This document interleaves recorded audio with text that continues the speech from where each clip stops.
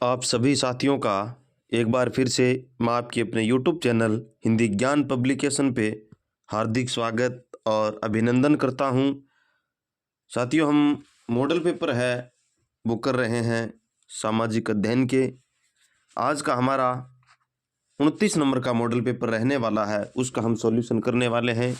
तो आइए हम बिना किसी देरी किए हुए सीधी मॉडल पेपर के ऊपर बात करते हैं। सबसे पहले हम सामाजिक अध्ययन के 60 प्रश्न है वो करेंगे। पहला प्रश्न यानी सामाजिक अध्ययन का पहला 91 नंबर का प्रश्न है वह है कि निम्न में से सही कथन है, इनमें से कौन सा सही कथन है, यह हमें पूछा है।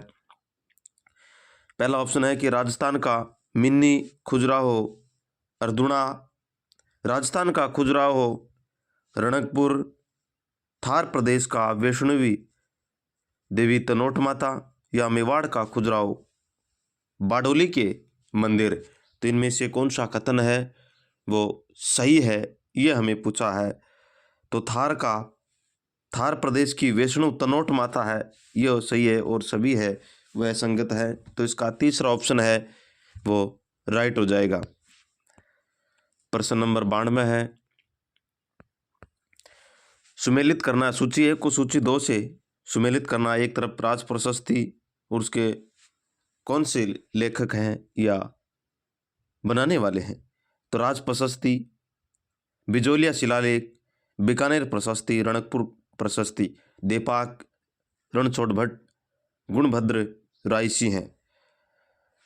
तो राज प्रशस्ति है वो रणछोड़ भट्ट के द्वारा, तो ये पहले में 2 आ जाएगा। बिजोलिया शिलालेख है वो गुणभद्र के द्वारा, तो इसमें 3 आ जाएगा, यानी 2 और 3, 2 और 3 दूसरे ऑप्शन में है, आगे हमें जाने की जरूरत ही नहीं है। और बीकानेर वो रायसी प्रशस्ति, रणकपुर है गुणभद्र के द्वारा।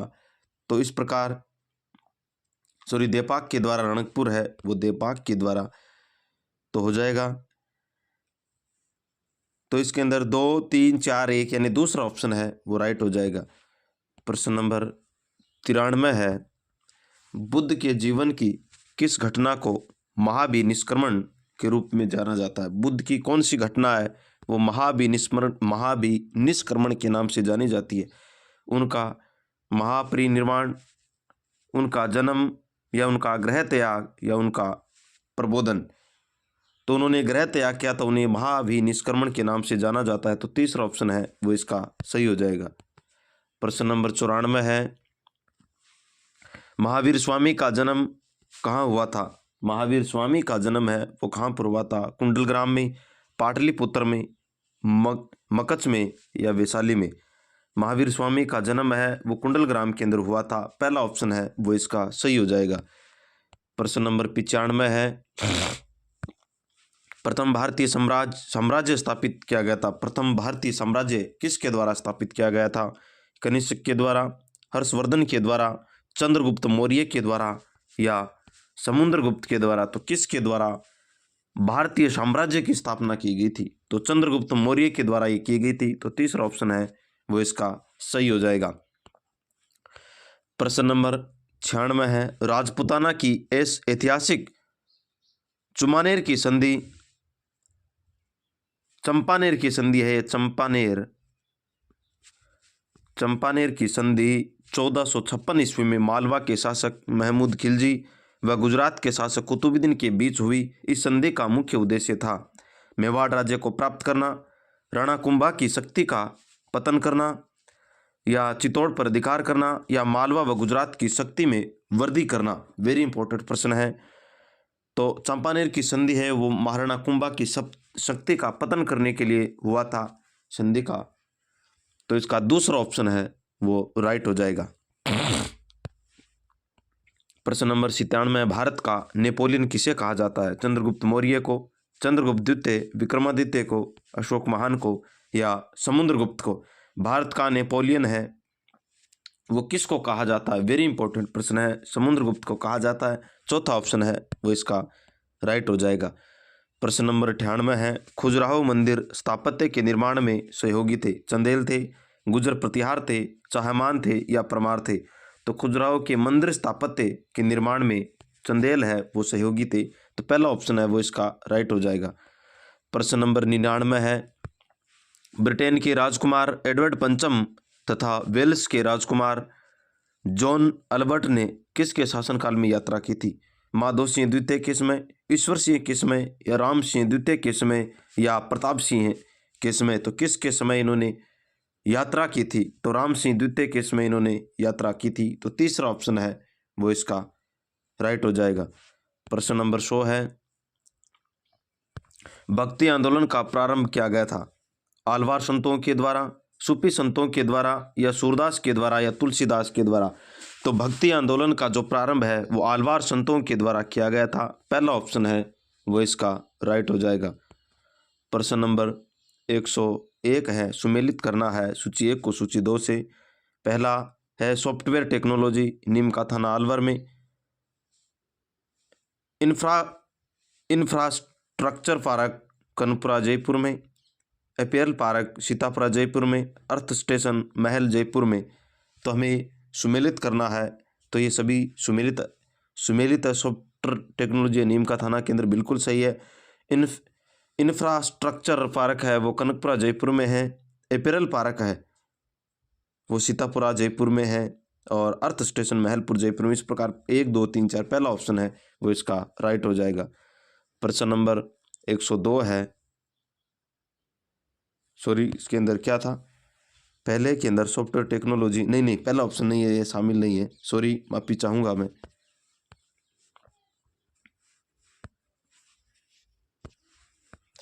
सॉफ्टवेयर टेक्नोलॉजी पार्क है वो कनकपुरा जयपुर के अंदर है, कनकपुरा जयपुर के अंदर है। तो इसके अंदर पहले में 2 हो जाएगा, और उसके बाद जो इंफ्रास्ट्रक्चर पार्क है वो नीम का थाना नीमराना अलवर के अंदर है। तो इसके अंदर दूसरा, उसके बाद पहला, तो 1 2 3 नहीं बल्कि दूसरा ऑप्शन इसके अंदर हो जाएगा। उसके बाद चौथा और तीसरा। अर्थ है वो सीतापुर के अंदर है। हम इस तरीके से याद रखेंगे कि अर्थ का मतलब सीतापुरा और एप का मतलब महान होता है। इस तरीके से हम इसको याद करने के लिए टेक्नोलॉजी बना रखिए। तो दूसरा ऑप्शन इसके अंदर राइट हो जाएगा, माफी चाहूँगा मैं। प्रश्न नंबर 102 है, चित्रकला की मुगल शैली का प्रारंभ किया था? अकबर ने, हुमायूं ने, जहांगीर ने, या शाहजहां ने? चित्रकला की जो मुगल शैली है उसका प्रारंभ है वो किसके द्वारा है वो किया गया था? तो ये हुमायूं के द्वारा किया गया था। तो दूसरा ऑप्शन इसका सही हो जाएगा। प्रश्न नंबर 103 है, सहायक संधि को स्वीकार करने वाला पहला शासक था? अवध का नवाब था, हैदराबाद का नवाब था, नवाज था, या पेशवा राव द्वितीय था, या त्रावणकोर राजा था? तो अवध के नवाब ने की थी, पहला ऑप्शन है वो इसका सही हो जाएगा। प्रश्न नंबर 104 है, सुमेलित करना है सूची 1 को सूची 2 से। बाला दुर्ग, मांडलगढ़ दुर्ग, बादशाह दुर्ग और खैराबाद दुर्ग, भीलवाड़ा, बयाना, अलवर और जालोर। तो बाला दुर्ग है वो हमें पता है कि अलवर के अंदर है। बाला दुर्ग कहाँ पर है? अलवर में है। तो पहले में 3 हो जाएगा। मांडलगढ़ दुर्ग है वो भीलवाड़ा के अंदर है, 3 1। उसके बाद बादशाह का दुर्ग है वो बयाना भरतपुर को कहा जाता है, तो दूसरा, और खैराबाद दुर्ग है वो जालोर है, तो 4। यानी 3 1 2 4, 3 1 2 4 दूसरे ऑप्शन के अंदर है, दूसरा ऑप्शन है वो इसका राइट हो जाएगा। प्रश्न नंबर 105 है, निम्न में सुमेलित नहीं है। एक तो उपनाम है और वास्तविक नाम दे रखे हैं। भैंसों का चितरा नंदीप चोयल को, भीलों का चितरा गोवर्धन लाल बाबा को, नीड़ का चितरा सौभाग्यमल गहलोत को, या नागरीदास सावंत सिंह को? नागरीदास सावंत सिंह वाला सही है। नीड़ का चितरा सौभाग्यमल गहलोत ये भी सही है। भीलों का चितरा गोवर्धन लाल बाबा को ये भी सही। इस प्रकार पहला ऑप्शन है वो इसका नवदीप चोयल नहीं, ये ऑप्शन है वो इसका गलत हो जाएगा। और हमें सुमेलित नहीं है यही पूछा है, तो पहला ऑप्शन है वो इसका राइट हो जाएगा। प्रश्न नंबर 106 है, सुमेलित करना है सूची 1 को सूची 2 से। गौड़ीय संप्रदाय, निरंजनी संप्रदाय, प्रणामी संप्रदाय, लालजी संप्रदाय और सनकादी संप्रदाय। एक तरफ दे रखे हैं संप्रदायों के नाम, दूसरी तरफ उनके प्रवर्तक दे रखे हैं, हरिदास जी, प्राणनाथ जी, चैतन्य जी, लालदास जी, निम्बारक संप्रदाय। तो इनको हमें सुमेलित करके है वो बताना है। गौड़ीय संप्रदाय है वो लालदास जी के चैतन्य के द्वारा दिया गया था। गौड़ीय संप्रदाय है वो चैतन्य के द्वारा, यानी पहले में। तीसरा हो जाएगा निरंजनी संप्रदाय है हरिदास के द्वारा, तो उसके बाद हम 3 के बाद 1 हो जाएगा। और परमानंद जी प्रणामी संप्रदाय है वो प्राणनाथ के द्वारा दिया गया था, तो दूसरा यानी 3 1 2 3 1 2 तो तीसरे के अंदर है। तो इस प्रकार हमारा जो तीसरा ऑप्शन है वो सही हो जाएगा। तो उसके बाद लालजाल है लाल जी के द्वारा, और सनकादि संप्रदाय है वो निम्बारक संप्रदाय को कहा जाता है। तो तीसरा ऑप्शन है वो इसका राइट हो जाएगा। प्रश्न नंबर 107 है, सुमेलित करना है सूची 1 को सूची 2 से। खेजड़ली शहीद मेला, बाबा रामदेव का मेला, दिंगावर बेंतमार मेला, सीताबाड़ी का मेला, हमें कब ये मेले भरते हैं ये हमें पूछा गया है और हमें इसको सुमेलित करना है। खेजड़ली का जो मेला है वो भाद्रपद शुक्ल दशमी को मनाया जाता है। तो भाद्रपद शुक्ल दशमी कहाँ पर है? चौथे में, तो पहले के अंदर 4 आ जाएगा। उसके बाद बाबा रामदेव जी का मेला भाद्रपद शुक्ल द्वितीया को मनाया जाता है, भाद्रपद शुक्ल द्वितीया 3 आ जाएगा। तो 4 3। उसके बाद दिंगा गणगौर है ये ज्येष्ठ अमावस्या, और सीताबड़ी का मेला बैसाख। तो 4 3 2 और 1 ये इसके सही हो जाएंगे। 4 3 2 1 तीसरा ऑप्शन है वो इसका राइट हो जाएगा। प्रश्न नंबर 108 है, प्रेस की स्वतंत्रता किस अधिकार के अंदर निहित है? प्रेस की जो स्वतंत्रता है वो कौन से अधिकार के अंदर है? नियमों के समान संरक्षण, भाषण स्वतंत्रता, संघ निर्माण स्वतंत्रता, कार्य और सामग्री की स्वतंत्रता। तो भाषण देते हैं उसी के अंदर हमारी स्वतंत्रता प्रेस की दे रखी है, तो दूसरा ऑप्शन है वो इसका राइट हो जाएगा। प्रश्न नंबर 109 है, भारतीय संविधान में राज्य नीति के निर्देशक सिद्धांत किस देश के संविधान से लिए गए थे? नीति निर्देशक तत्व वो कहाँ से लिए गए हैं? ब्रिटेन से, आयरलैंड से, यूएसए से, कनाडा से। तो ये आयरलैंड से लिए गए हैं, दूसरा ऑप्शन है वो इसका सही हो जाएगा। प्रश्न नंबर 110 है, राष्ट्रपति के द्वारा राष्ट्रीय आपातकाल स्थिति की घोषणा किए जाने के बाद किस अवधि तक उसका अनुमोदन संसद के प्रत्येक सदन के द्वारा हो जाना चाहिए? 1 माह के भीतर, 2 महीनों के भीतर, 3 महीनों के भीतर, 4 महीनों के भीतर, या 6 महीनों के भीतर? 6 है, 6 महीनों के भीतर। तो राष्ट्रपति के द्वारा आपातकाल घोषित किया गया है, तो संसद के अंदर है वो अनुमोदन है वो कितने समय के अंदर होना चाहिए? तो 1 महीने के भीतर होना चाहिए, पहला ऑप्शन है वो इसका सही हो जाएगा। प्रश्न नंबर 111 है, संसद के 2 सत्रों के बीच निम्नलिखित में से अधिक से अधिक कितने समय तक अंतराल दिया जा सकता है?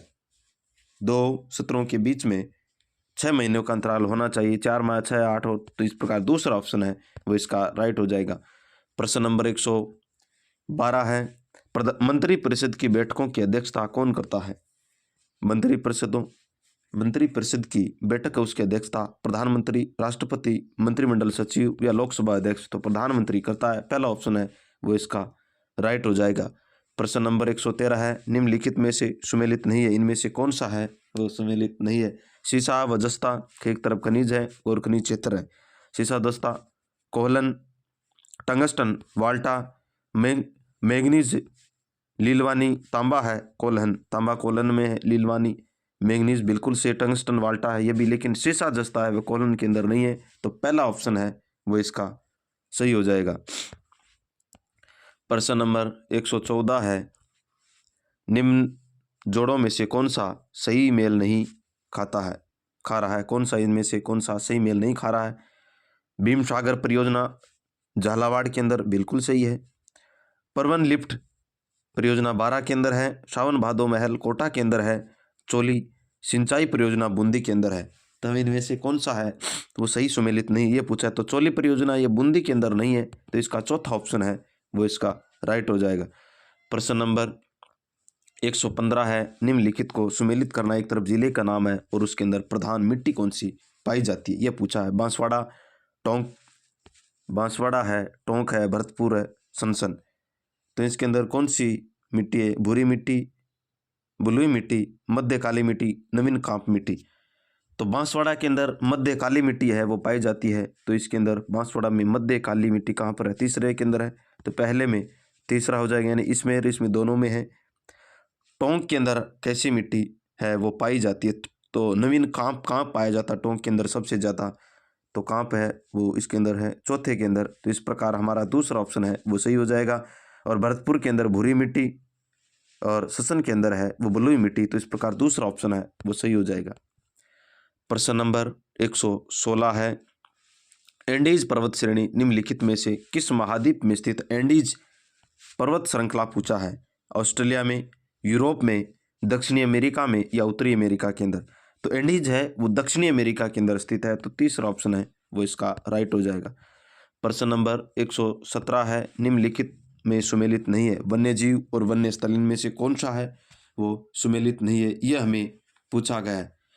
कृष्णमृग सीता माता में, उड़न गिलहरी माउंट आबू में, घड़ियाल ज्वार सागर में, हीरामन तोता है वो गागरोन में। तो इनमें से कौन सा सुमेलित नहीं है? कृष्णमृग सीता माता के अंदर तो नहीं है, ताल छापर के अंदर है। तो पहला ऑप्शन है वो इसका राइट हो जाएगा। प्रश्न नंबर 118 है, वह है कि यदि किसी महासागर का पादपल्वक किसी कारण से पूर्णतः नष्ट हो जाए तो इसका क्या प्रभाव होगा? पहला ऑप्शन है कार्बन सिंक के रूप में महासागर पर प्रतिकूल प्रभाव पड़ेगा। बिल्कुल सही है, प्रभाव तो पड़ेगा ही प्रतिकूल महासागर के ऊपर। दूसरा है कि महासागर की खाद्य श्रृंखला पर प्रतिकूल प्रभाव पड़ेगा, ये भी पड़ेगा। महासागर का जल घनत्व प्रबल रूप से घट जाएगा। नहीं, जल घनत्व के ऊपर कोई प्रभाव नहीं पड़ सकता क्योंकि पादप है, पादप प्लवक की बात हो रही है। निम्नलिखित में से कूट को छांटना है तो पहला और दूसरा, 1 और 2 3 इस प्रकार पहला और दूसरा इसका हो जाएगा, यानी पहला ऑप्शन है वो इसका राइट हो जाएगा।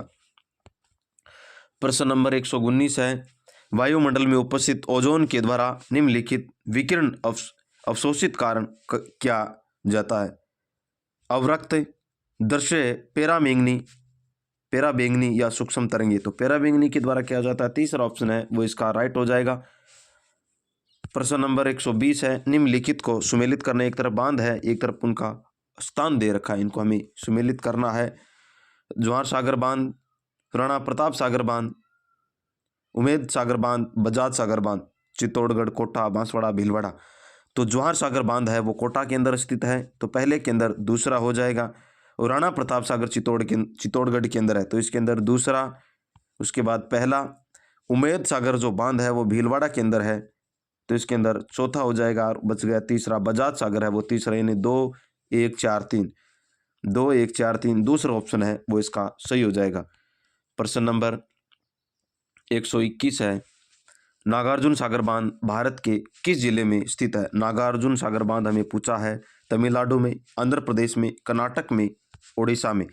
तो नागार्जुन सागर बांध है वो आंध्र प्रदेश के अंदर स्थित है, तो दूसरा ऑप्शन है वो इसका सही हो जाएगा। प्रश्न नंबर 122 है, ग्रीष्म ऋतु में राज्य का औसत तापमान रहता है 40 डिग्री से 45 डिग्री सेल्सियस तक, या 34 से 40 डिग्री सेल्सियस तक, 30 से 32 डिग्री सेल्सियस तक, या इनमें से कोई नहीं।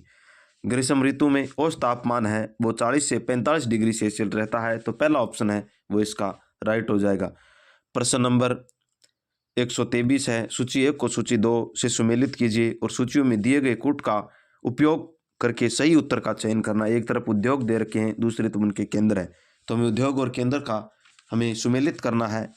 पहला ऑप्शन है वह कि एल्युमिनियम, उसके सामने मंजालखंड, तांबा के सामने दुंडू, जस्ता, जेके नगर, जूट है वो भाटपाड़ा।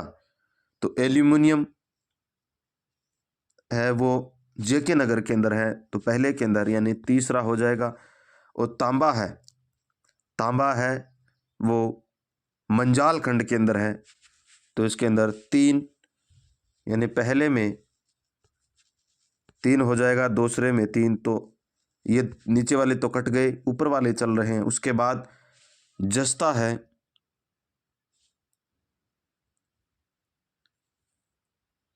पहले में, अब क्या, हाँ तीसरे में जस्ता है, तो जस्ता धुंडू के अंदर स्थित है। इस प्रकार ये कट गया तो ये बच गया। उसके बाद जूट है वो भाटवाड़ा, तो दूसरा ऑप्शन है वो इसका सही हो जाएगा।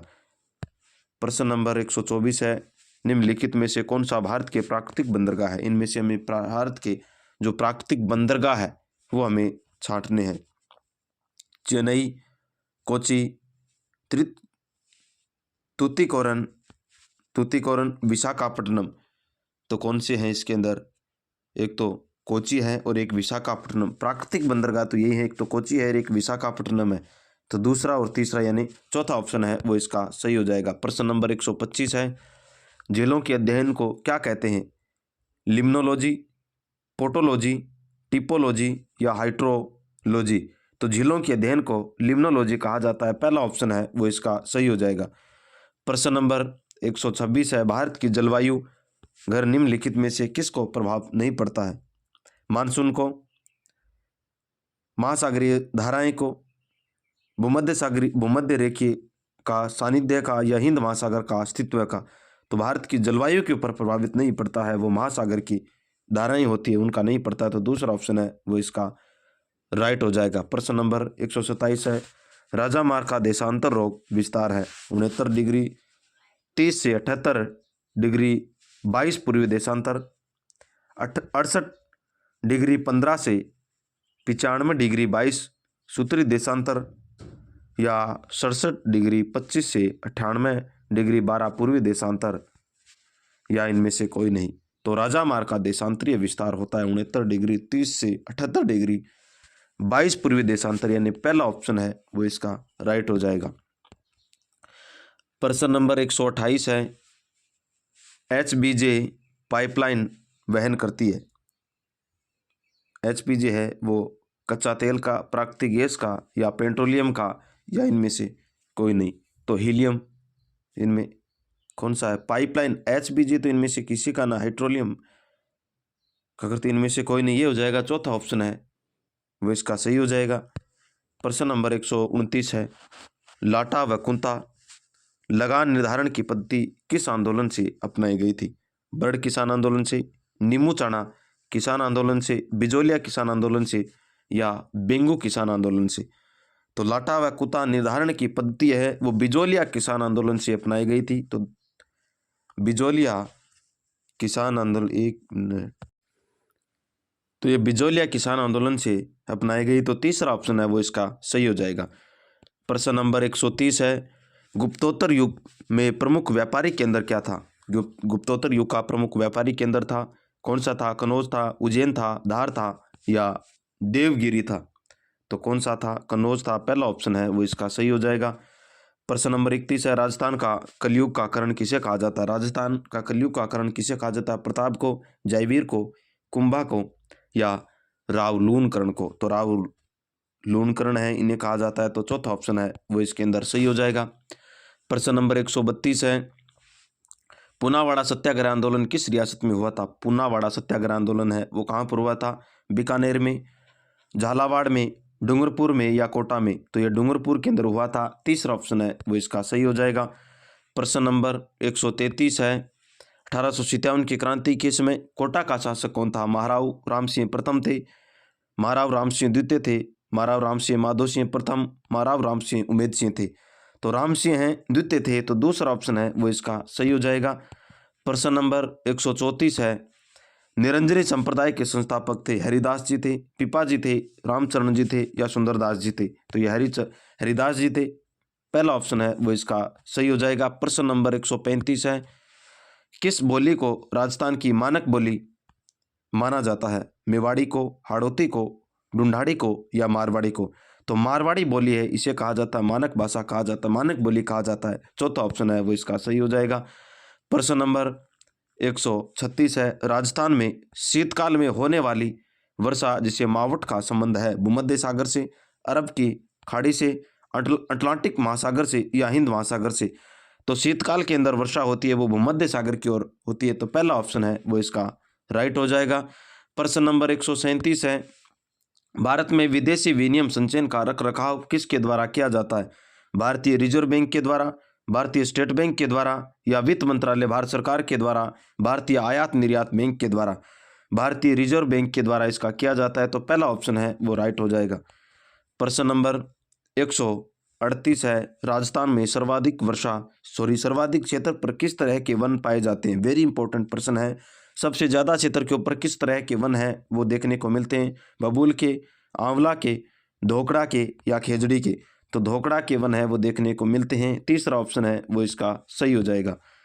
प्रश्न नंबर 139 है, भारत में क्षेत्रीय ग्रामीण बैंकों की स्थापना हुई थी वर्ष 1969 में, वर्ष 1975 में, 1980 में या 1982 के अंदर। तो ग्रामीण बैंकों की स्थापना 1975 के अंदर हुई थी, दूसरा ऑप्शन है वो इसका सही हो जाएगा। प्रश्न नंबर 140 है, चंबल परियोजना पर निर्मित सबसे पहला बांध है, सबसे पहला बांध कौन सा है चंबल परियोजना के ऊपर? जवाहर सागर बांध, राणा प्रताप सागर बांध, कोटा बैराज या गांधी सागर बांध? तो सबसे पहले कोटा बैराज को बनाया गया था, तो तीसरा ऑप्शन है वो इसका राइट हो जाएगा। प्रश्न नंबर 141 है, समूह है सामूहिक विचार विमर्श हेतु किस विधि का उपयोग किया जाता है? सामूहिक विचार विधि के लिए, विचार विमर्श के लिए कौन सी विधि का प्रयोग करेंगे? स्रोत संदर्भ विधि, परियोजना विधि, समस्या समाधान विधि या कार्य गोष्ठी? तो समस्या समाधान विधि है, इसका हम प्रयोग करेंगे, तीसरा ऑप्शन है वो राइट हो जाएगा। प्रश्न नंबर 142 है, पर्यटन भ्रमण का सामाजिक विज्ञान में महत्वपूर्ण स्थान है क्योंकि प्रत्यक्ष अनुभव स्थायी होता है, छात्रों के लिए पर्यटन मनोरंजन होता है, अध्यापकों के लिए सुविधाजनक होता है, छात्रों में सामाजिकता का विकास होता है। तो प्रत्यक्ष अनुभव वह वो स्थायी होता है, पर्यटन के अंदर है वो प्रत्यक्ष और हम सामने देखते हैं, तो पहला ऑप्शन है वो इसका सही हो जाएगा।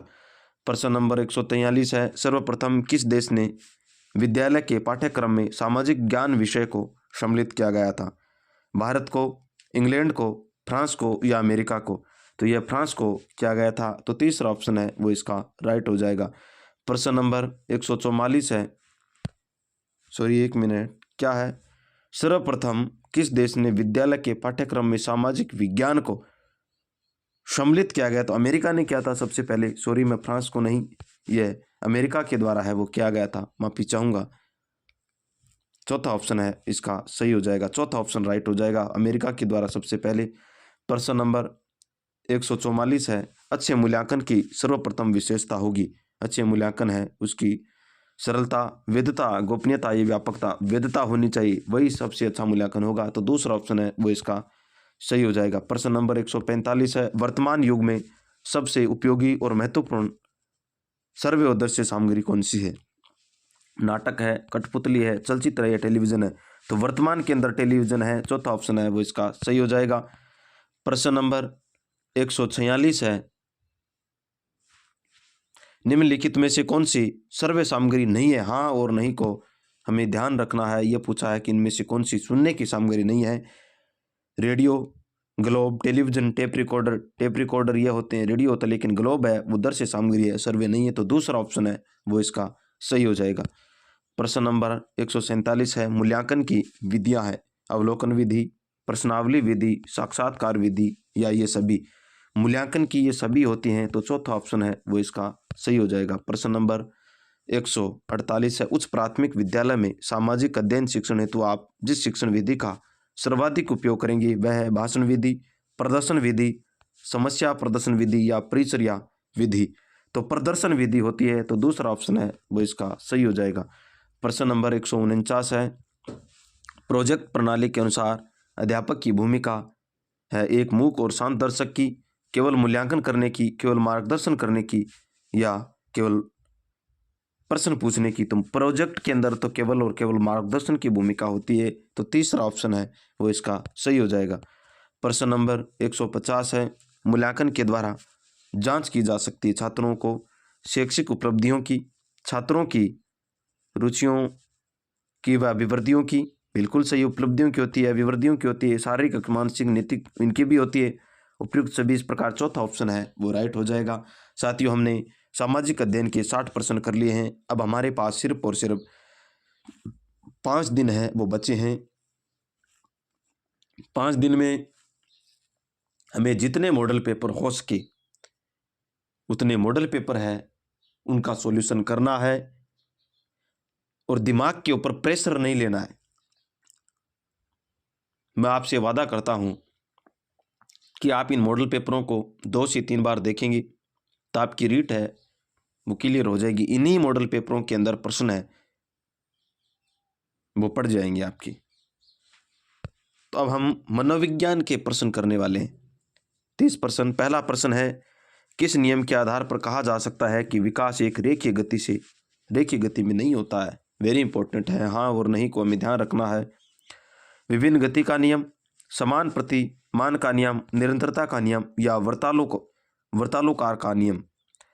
तो वर्तालोकार का नियम होता है, तो चौथा ऑप्शन है वो इसका सही हो जाएगा। प्रश्न नंबर दूसरा है, विकास की वह अवस्थाओं में बालक की प्रतिक्रियाएं विशिष्ट बनने से पूर्व सामान्य प्रकार की होती है। यह कथन किसका? हरलोक का है, स्टैनली हॉल का है, पेस्टोलॉजी का है या प्रेटार का है?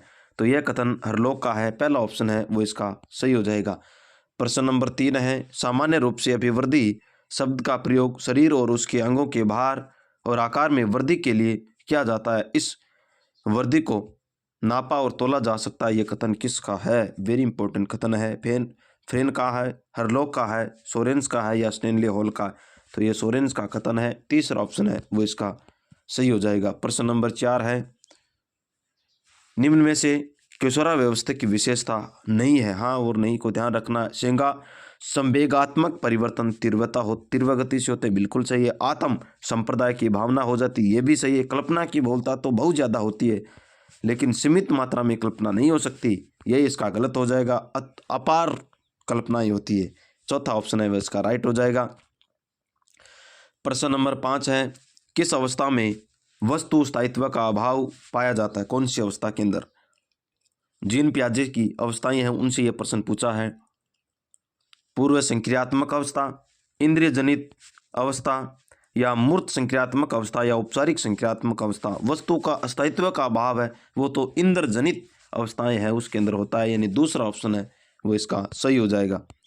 प्रश्न नंबर 6 है, जेडपीडी का संबंध बालक के किस प्रकार के विकास से है? मानसिक विकास से, मनोसामाजिक विकास से या सामाजिक विकास से या मनोशारीरिक विकास से? जेडपीडी है, इसका मतलब होता है जॉन प्रॉक्सिमल डेवलपमेंट, यानी सहायता प्रदान करना।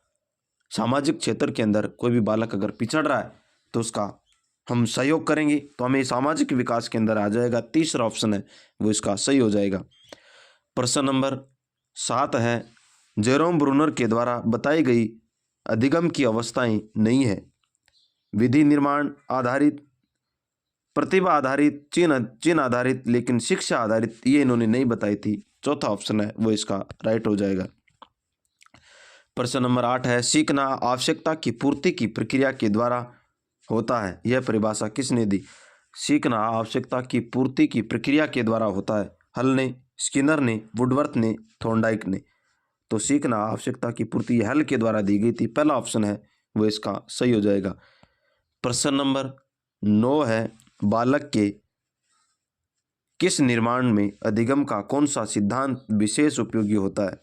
सामाजिक अधिगम का सिद्धांत, पुनर्बलन का सिद्धांत, निर्मितवाद का सिद्धांत या अंतर्दृष्टि का सिद्धांत?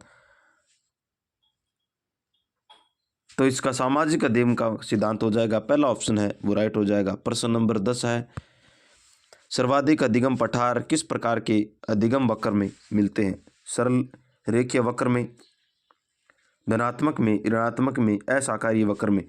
सरल रेखीय तो ऐसे चलता रहता है, धनात्मक ऊपर की ओर, ऋणात्मक नीचे की ओर आता है, लेकिन असाकारीय वक्र है वो इस प्रकार से चलता है। तो यहाँ पठार, यहाँ पठार, यहाँ पठार, यानी प्रत्येक पठार तो सबसे ज़्यादा असाकारीय वक्र के अंदर होते हैं, तो चौथा ऑप्शन है वो इसका राइट हो जाएगा। प्रश्न नंबर 11 है, अधिगम अंतरण पहली परिस्थिति में प्राप्त ज्ञान कौशल आदत व अभियोग्यता की दूसरी परिस्थिति में प्रयोग करता है, यह परिभाषा किसने दी?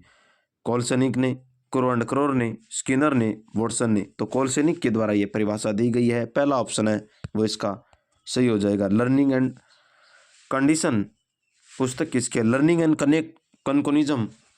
कॉन्कनिज्म पुस्तक किसने लिखी थी? थॉर्नडाइक ने, वॉटसन ने, वुडवर्थ ने या आइजनेक ने?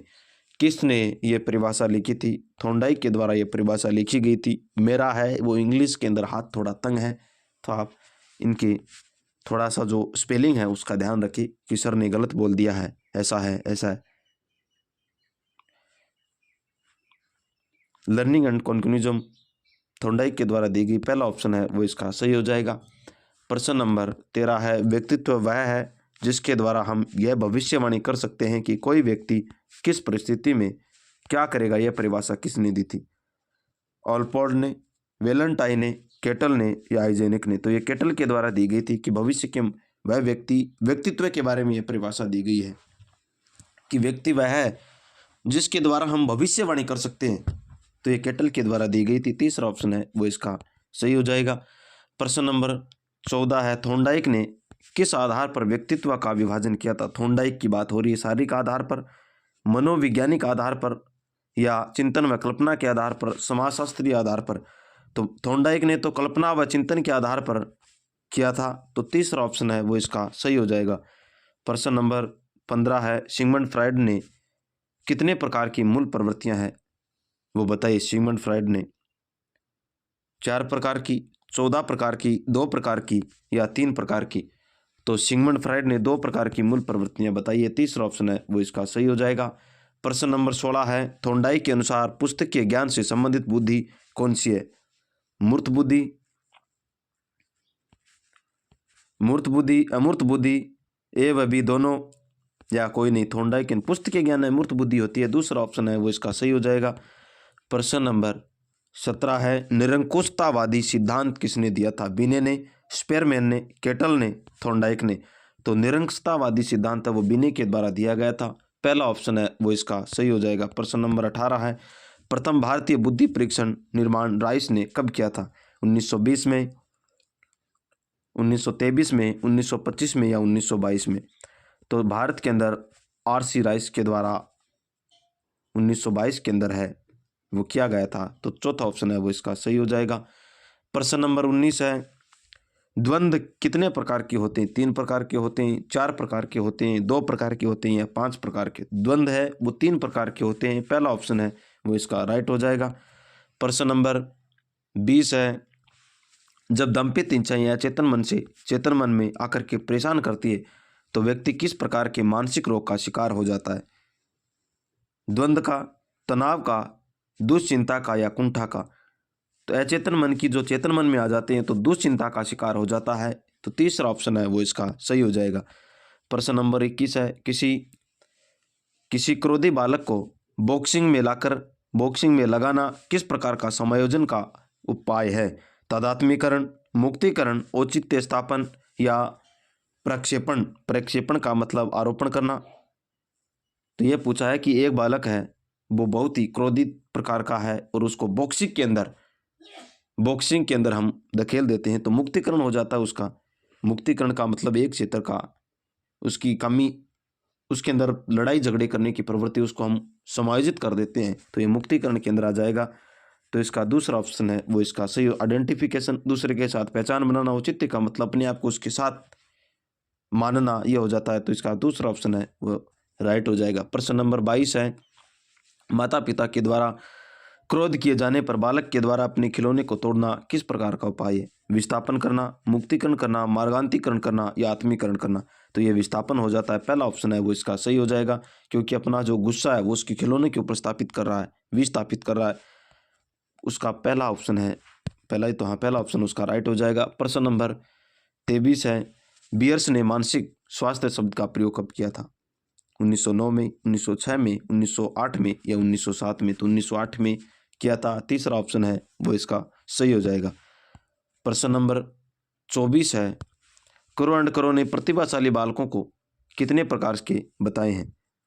2 प्रकार के बताए हैं, 4 प्रकार के बताए हैं, 3 के बताए हैं या 1 के बताए हैं? तो इन्होंने 2 प्रकार के बताए हैं। पहला ऑप्शन है वो इसका सही हो जाएगा। प्रश्न नंबर 25 है, निःशुल्क अनिवार्य प्रारंभिक शिक्षा का प्रावधान किस धारा के अंतर्गत किया गया है? धारा 3 में, धारा 4 में, धारा 5 में या धारा 14 के अंदर निःशुल्क अनिवार्य प्रारंभिक शिक्षा का प्रावधान है वो धारा 3 के अंदर है वो किया गया है। पहला ऑप्शन है वो इसका सही हो जाएगा। प्रश्न नंबर 26 है, जन्म प्रमाण पत्र का संबंध किस धारा से? जन्म प्रमाण पत्र है वो कौन सी धारा से संबंधित है? धारा 14(2) में, 16 में, 5 में या 25 में? तो 14(2) के अंदर है ये। पहला ऑप्शन है वो इसका सही हो जाएगा। प्रश्न नंबर 27 है, द कंसेप्ट ऑफ एवोल्यूशन का प्रकाशन किसने किया? एनसीईआरटी ने, एसआईईआरटी ने, आरपीएससी ने या यूपीएससी ने? तो एनसीईआरटी के द्वारा किया गया पहला ऑप्शन है वो इसका सही हो जाएगा। प्रश्न नंबर 28 है, विद्यालय में व्यवस्थाओं के संचालन हेतु किस समिति का गठन किया गया था? ईएमसी, एसएमसी, टीएमएस या टीएसएमसी? तो विद्यालय के अंदर जो व्यवस्थाएं हैं वो एसएमसी के द्वारा की जाती है, यानी दूसरा ऑप्शन है वो इसका सही हो जाएगा। प्रश्न नंबर 29 है, शैक्षणिक उपलब्धियां ज्ञात करने का सूत्र किसने दिया था? जॉन लॉक ने, केटल ने, बियर्स ने, सिरिल बर्ट ने? तो शैक्षणिक उपलब्धियों का है वो बर्ट के द्वारा दिया गया था, चौथा ऑप्शन है वो इसका सही हो जाएगा। प्रश्न नंबर 30 है, उपलब्धि परीक्षण कितने सोपान होते हैं? उपलब्धि परीक्षण कितने सोपानों में होता है? 5 में, 6 में, 4 में या 8 में? तो उपलब्धि परीक्षण है वो 4 सोपानों के अंदर होता है, तो तीसरा ऑप्शन है वो इसका राइट हो जाएगा। अब हम हिंदी भाषा को करने वाले हैं। प्रथम भाषा हिंदी चुनी हमने, तो हिंदी भाषा में पहला प्रश्न यानी 31 नंबर का प्रश्न है, पुरुषोत्तम शब्द में कौन सा समास होगा? कर्मधारय समास होगा, बहुव्रीहि समास होगा, अव्ययभाव समास होगा या तत्पुरुष समास होगा? पुरुषोत्तम है उसके अंदर कर्मधारय समास हो जाएगा, पहला ऑप्शन है, यदि पुरुषों में उत्तम है जो श्री राम, तो कर्मधारय समास है वो हो जाएगा, पहला ऑप्शन है वो इसका राइट हो जाएगा। प्रश्न नंबर 32 है, दुष्कर्म शब्द का सही संधि विच्छेद होगा? दुष्प्लस कर्म, दुष्कर प्लस कर्म, दुह प्लस कर्म या दुष्प्लस कर्म? दुष्कर्म शब्द का सही संधि विच्छेद है वो दुह प्लस कर्म हो जाएगा, उसके अंदर स का आगमन हो जाता है, इसके अंदर प्लस है, तो तीसरा ऑप्शन है वो इसका राइट हो जाएगा। प्रश्न नंबर 33 है, एक प्रत्यय से युक्त शब्द है, शारीरिक है, सांसारिक है, पारिवारिक है, सभी केंद्रिक है? तो चौथा ऑप्शन है उपयुक्त सभी वाला सही हो जाएगा। प्रश्न नंबर 34 है, संस्मरण का विलोम शब्द क्या होगा? संस्मरण का विलोम शब्द है वो क्या होगा? विस्मरण हो जाएगा, संस्मरण हो जाएगा, विमरण है या मरण? संस्मरण का विस्मरण हो जाएगा, पहला ऑप्शन है वो इसका सही हो जाएगा। प्रश्न नंबर 35 है, निम्न में से भाववाचक संज्ञा का सही उदाहरण कौन सा होगा? शहर हो जाएगा, जीवन हो जाएगा, ताजमहल है या सभा है? क्या भाववाचक है वो जीवन हो जाएगा, दूसरा ऑप्शन है वो इसका राइट हो जाएगा। प्रश्न नंबर 36 है, निम्न में से प्रश्नवाचक सर्वनाम का सही उदाहरण कौन सा है? कोई, कुछ या किस या कौन? इनमें से प्रश्नवाचक है वो कौन हो जाएगा? चौथा ऑप्शन है वो इसका सही हो जाएगा। प्रश्न नंबर 37 है, किताब शब्द किस भाषा का है? किताब शब्द है वो कौन सी भाषा का है? अरबी का है, फारसी का है, हिंदी का है या तुर्की का है? तो हमने जो तत्सम और तद्भव शब्द है, विदेशी भाषा के शब्द हैं, इन सभी की क्लास है वो हम पहले ले चुके हैं, उनको हम एक नियम के माध्यम से या हम एक कोड के माध्यम से वो समझाया गया है। 8 नियमों के माध्यम से तत्सम तद्भव शब्द है वो याद करने के लिए बताए गए हैं। तो ये अरबी भाषा का शब्द है, किताब है, यानी पहला ऑप्शन है वो इसका सही हो जाएगा। प्रश्न नंबर 38 है, पूंजी का रचयिता कार्ल मार्क्स कथन के से संकेत मिलता है कि पूंजी का अर्थ है एक विचार है, एक ग्रंथ है, विरासत है या धन है? तो कार्ल मार्क्स रचयिता है पूंजी का, तो इस प्रकार एक ग्रंथ हो गया, दूसरा ऑप्शन है वो इसका राइट हो जाएगा।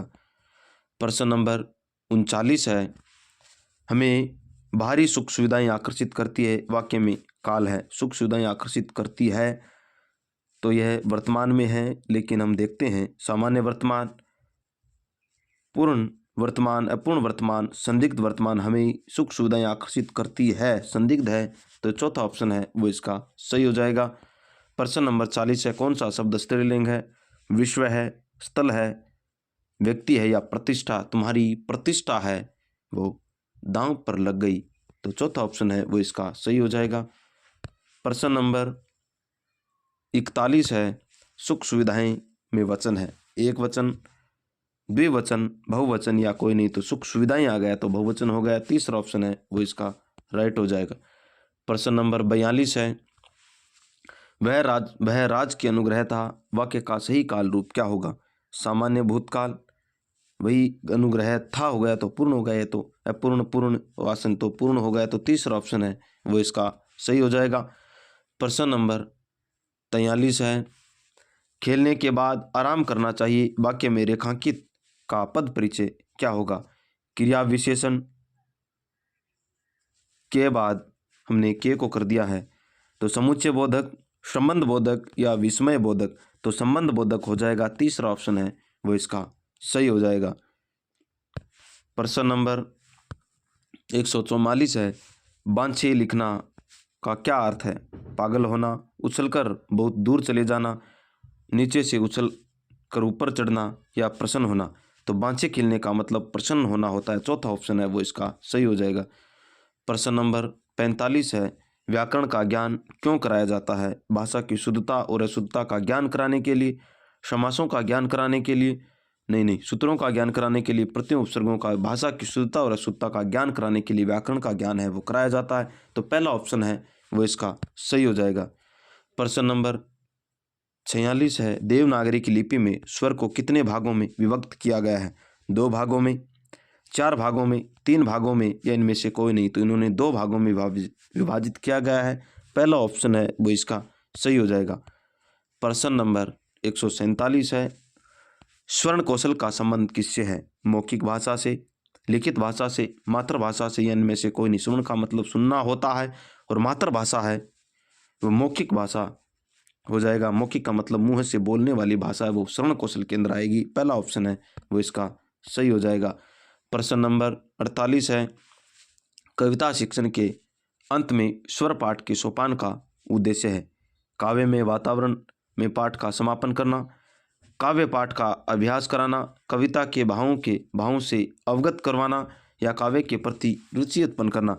तो कविता के अंत में स्वर पाठ का कविता के भावों के से अवगत कराना है वो इसके अंदर होता है। तो तीसरा ऑप्शन है वो इसका राइट हो जाएगा। प्रश्न नंबर 49 है, कविता शिक्षण का जो प्रमुख उद्देश्य है वो क्या होता है? शब्दार्थ बोध कराना, भावानुभाव, मनोरंजन या गायन दक्षता।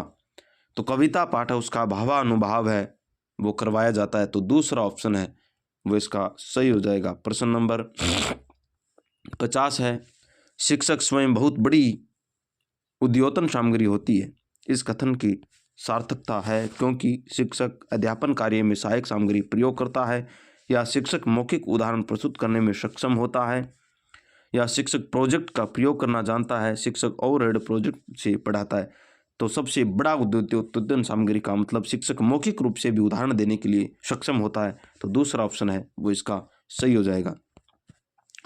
प्रश्न नंबर 51 है, पानी फेरना का अर्थ है लोगों के बीच पानी बांटना, नष्ट करना, किसी वस्तु को जल शक्ति करना या निराशा होना। पानी फेरने का मतलब होता है नष्ट कर देना। तो दूसरा ऑप्शन है वो इसका सही हो जाएगा। प्रश्न नंबर 52 है, उच्च प्राथमिक कक्षाओं में कविता शिक्षण की किस विधि का प्रयोग किया जाता है? तुलना विधि का, प्रश्नोत्तर विधि का, व्याख्या विधि का या गद्य विधि का? कविता शिक्षण के अंदर है वो उच्च स्तर की कक्षाओं में व्याख्या विधि का प्रयोग किया जाता है। तीसरा ऑप्शन है वो इसका सही हो जाएगा। प्रश्न नंबर 53 है, निसंदेह लेखन में सुलेख का उतना महत्व है जितना भाषण में सुउच्चारण का। यह कथन इनमें से किसका यह कथन है? SP कुलश्रेष्ठ का, राजगोपालाचारी का, महात्मा गांधी का या पाटनायक का? निसंदेह लेखन सुलेख का उतना महत्व है जितना भाषण में सुउच्चारण का। तो ये पाटनायक का कथन है। तो चौथा ऑप्शन है वो इसका सही हो जाएगा। प्रश्न नंबर 54 है, सूक्ष्म शिक्षण क्रम अवधि कम छात्रों तथा कम शिक्षण क्रियाओं वाली प्रविधि है। यह कथन है BM शोर का, एलन का, रायबर्न का, इनमें से कोई नहीं। तो ये सूक्ष्म वाला ये कथन है वो शोर के द्वारा है दिया गया था। पहला ऑप्शन है वो इसका सही हो जाएगा। प्रश्न नंबर 55 है, बौद्धिक स्तर पर बच्चों में भाषा कौशल की प्रवीणता एवं व्यापकता का मूल्यांकन करने के लिए आवश्यक है। सामान्य शब्दों का अर्थ पूछना, कठिन शब्दों का अर्थ पूछना, सरल शब्दों का अर्थ पूछना या उपयुक्त में से कोई नहीं। बच्चों की भाषा कौशल की प्रवीणता और व्यापकता का मूल्यांकन करना आवश्यक है। तो बच्चों को कठिन शब्दों का अर्थ पूछना होता है। दूसरा ऑप्शन है वो इसके अंदर सही हो जाएगा। प्रश्न नंबर 56 है, प्राथमिक स्तर पर बच्चों की भाषा शिक्षा के संदर्भ में निम्नलिखित में से कौन सा कथन है वह असत्य पूछा है। तो सुधार के नाम पर की जाने वाली टिप्पणियों के निरर्थक अभ्यास से बालकों में रुचि उत्पन्न हो सकती है। बिल्कुल सही है ये तो। बालक समृद्ध भाषा प्रवेश में सहज और स्वतः रूप से भाषा में परिमार्जन कर लेंगे, यह भी सही है।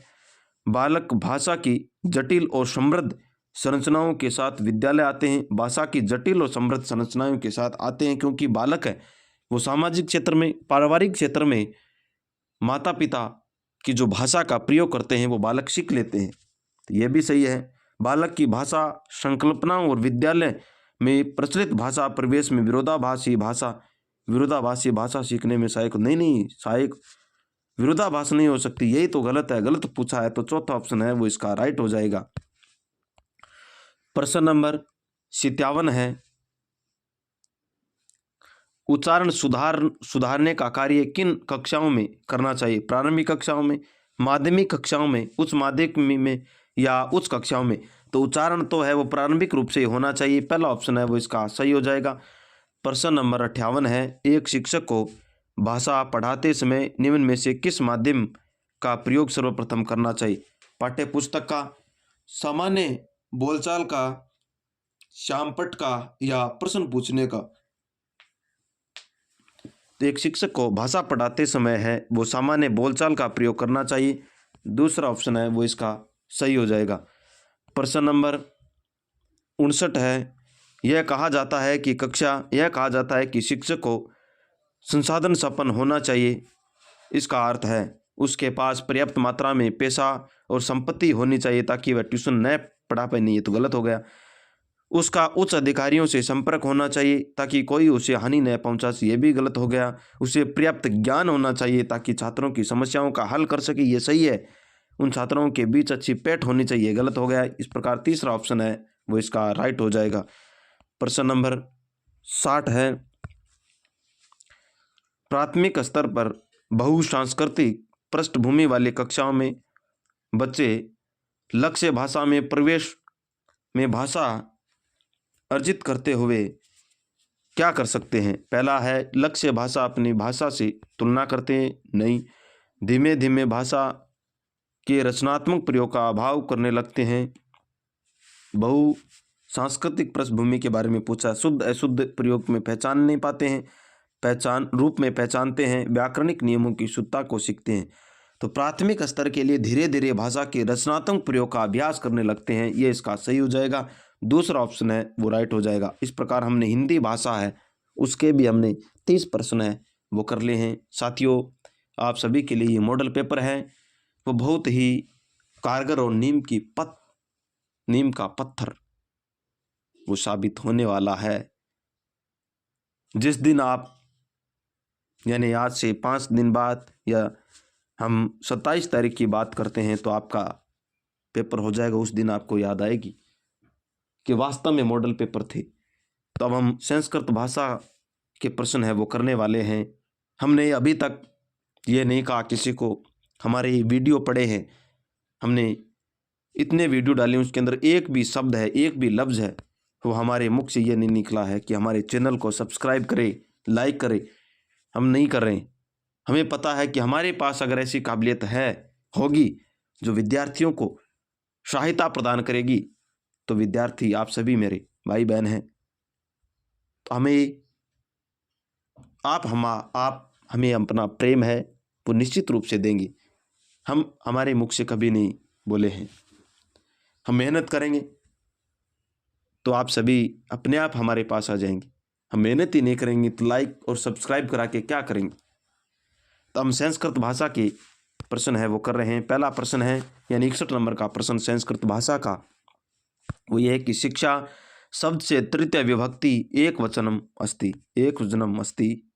शिक्षणेन, शिक्षया या शिक्षे।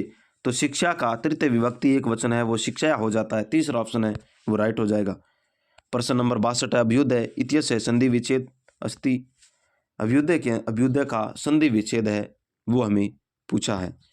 अभ्यु प्लस उदय, अभि प्लस उदय, अभि प्लस उदयात और अभि प्लस उदय, तो अभी छोटी आएगी, अभि प्लस उदय होता है, तो दूसरा ऑप्शन है वो इसका सही हो जाएगा। प्रश्न नंबर 63 है, समुत्पन्न शब्दे उपसर्गम अस्ति।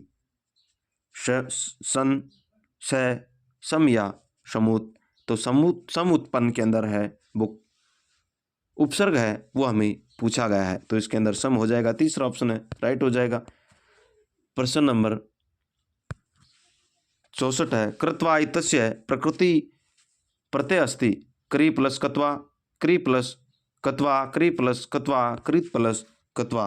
तो हमें संधि विच्छेद है वो क्री प्लस कत्वा हो जाएगा। चौथा ऑप्शन है वो इसका राइट हो जाएगा। प्रश्न नंबर 65 है आत्मविश्वासेन सफलता मिलती है रेखांकित शब्द से विपरीत अस्ति।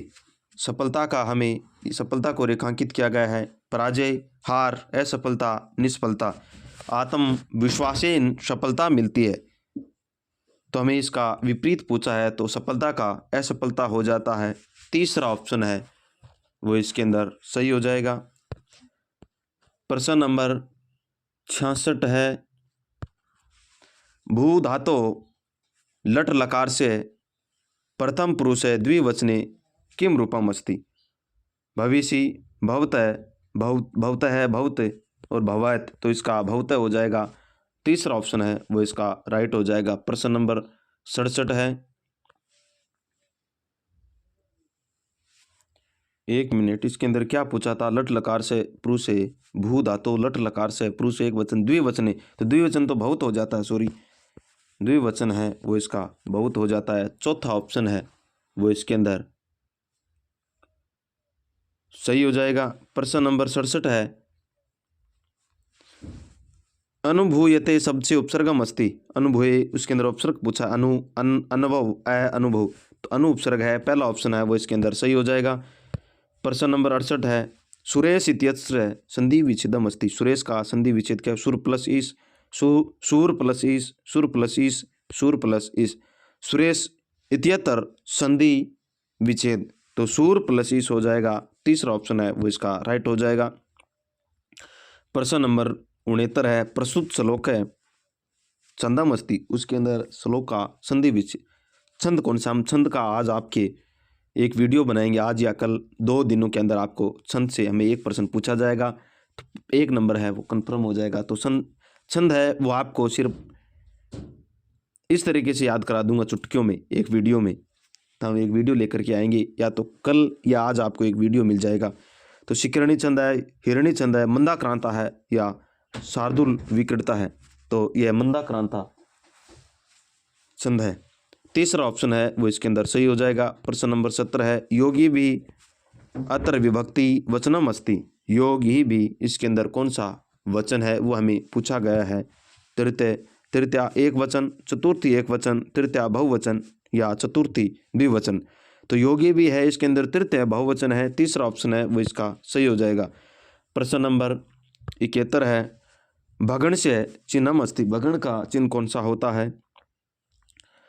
तो इसके अंदर गुरु लघु लघु होता है भगण का भय गण, तो इसके अंदर गुरु, तो इसके अंदर तीसरा ऑप्शन है गुरु लघु लघु होता है, तो तीसरा ऑप्शन है वो इसका सही हो जाएगा। प्रश्न नंबर 72 है एक नाथ है शब्द से समास विग्रह अस्ति। एक नाथ शब्द का समास विग्रह क्या होगा। एक है नाता है, एक नाता है, एक है चौसो नाता है, एकम नाता है, तो एक है चासो नाता हो जाएगा। तीसरा ऑप्शन है वो इसका राइट हो जाए।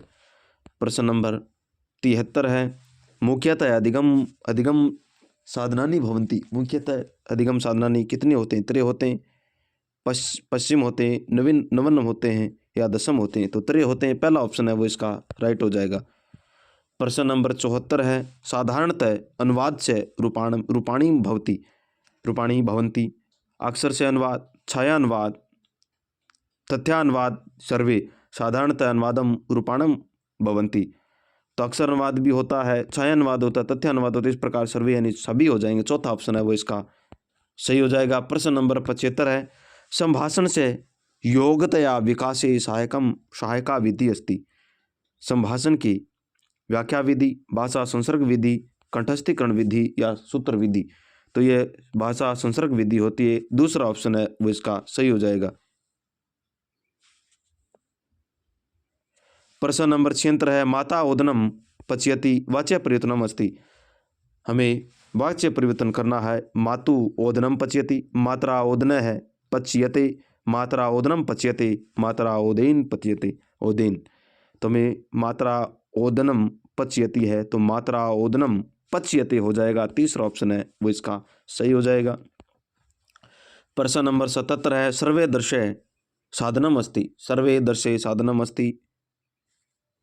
सुनना और देखना, सीतावादे, दूरदर्शनम, चित्रम मोडलम। तो दूरदर्शनम टेलीविजन है, वो होता है सुनने का और देखने का।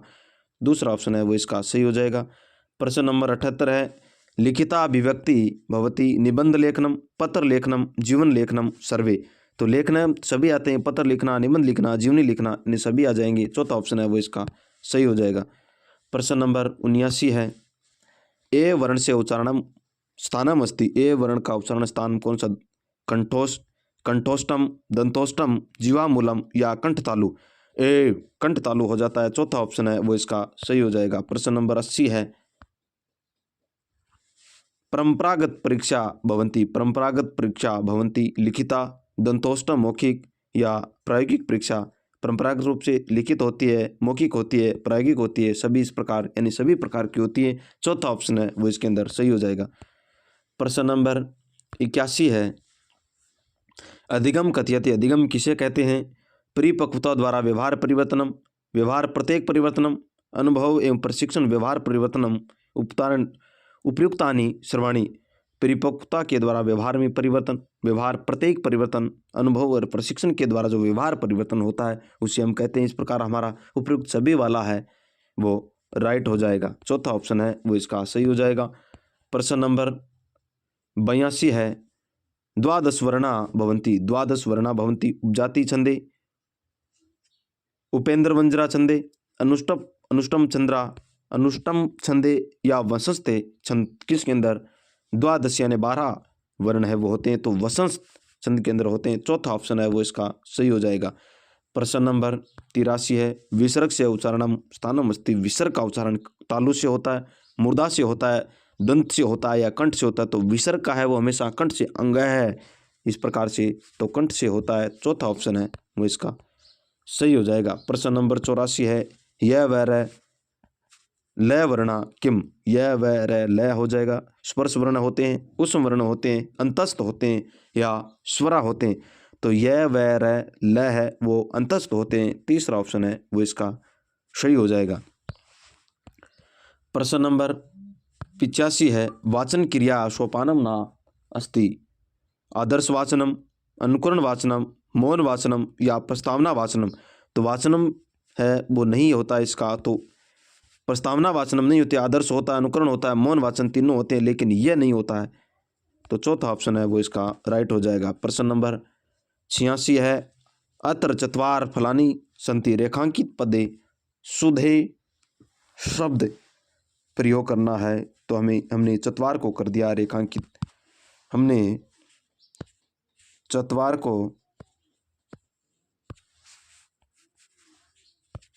रेखांकित कर दिया है। चतंत्र है, चत्वार है, चतवारी या चतवारी। तो ये चतवार है, इसको रेखांकित, इसका सही शुद्ध है वो चतवारी हो जाएगा। तीसरा ऑप्शन है वो इसका सही हो जाएगा। प्रश्न नंबर 87 है, छात्र से पूर्व ज्ञानम एवं नवीन ज्ञान से आधार स्वरूपम भवति। सरलात् कठिन प्रति, सरलात् सूक्ष्म प्रति, पूर्णात् अंशम प्रति, ज्ञात अज्ञातम प्रति। तो पूर्व ज्ञान से नवीन ज्ञान की ओर यानी ज्ञात से अज्ञात की ओर हम चलेंगे। तो चौथा ऑप्शन है वो इसका सही हो जाएगा।